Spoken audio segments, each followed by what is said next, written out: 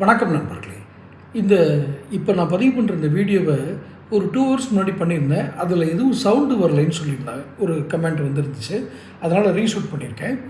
இது எதை பற்றியது அப்படின்னா, சர்வதேச போதைப்பொருள் கடத்தல் வேலையில் ஈடுபட்ட ஜாஃபர் சாதிக், திமுகவினுடைய அயலக தமிழர் அணி, அயலக தமிழர்கள் அணின்னு ஒன்று தனியாக வச்சுருந்தா அதுக்கு தலைவனாக இருந்தார்.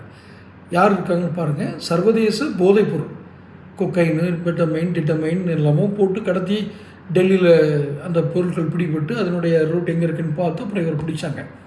அவர் அப்போவே அவர் வெளியிட்ட சில தகவல்களை வச்சு சர்வதேச அளவில் இவருடைய நெட்வொர்க் எங்கெல்லாம் இருக்குது, ஜாஃபர் சாதிக்குடைய நெட்வொர்க் எங்கெல்லாம் இருக்குன்றதை பார்த்தாங்க.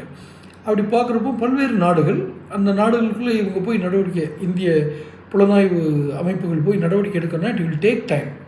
அதே சமயத்தில் அவர் இந்தியாவுக்குள்ளே எங்கெல்லாம் நெட்வொர்க் வச்சுருந்தார், ஏன்னா அவர் ஒரு கட்சியை சார்ந்திருக்க, தமிழகம் தான் அதனுடைய வேறு பகுதியாக இருக்குது. ரூட்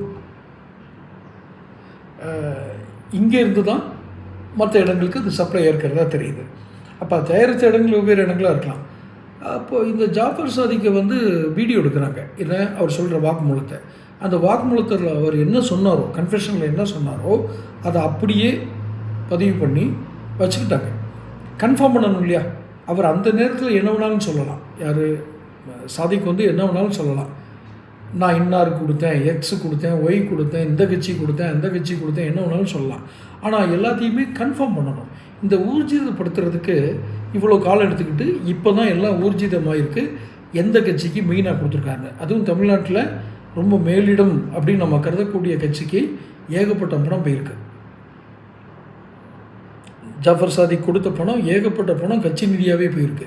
அவர் சினிமா இயக்குனர் வேறு. அப்போ சில சினிமா துறையை சேர்ந்தவங்களுக்கு ஒரு பணம் பண்ணியிருக்காரு. டைரக்டர் அமீருக்கு ஒரு பிஸ்னஸ் பார்ட்னராக இருந்திருக்காரு. அவர் அமீர் சொல்லிட்டார், நம்ம இதனால் அமீரை குறை சொல்லலை.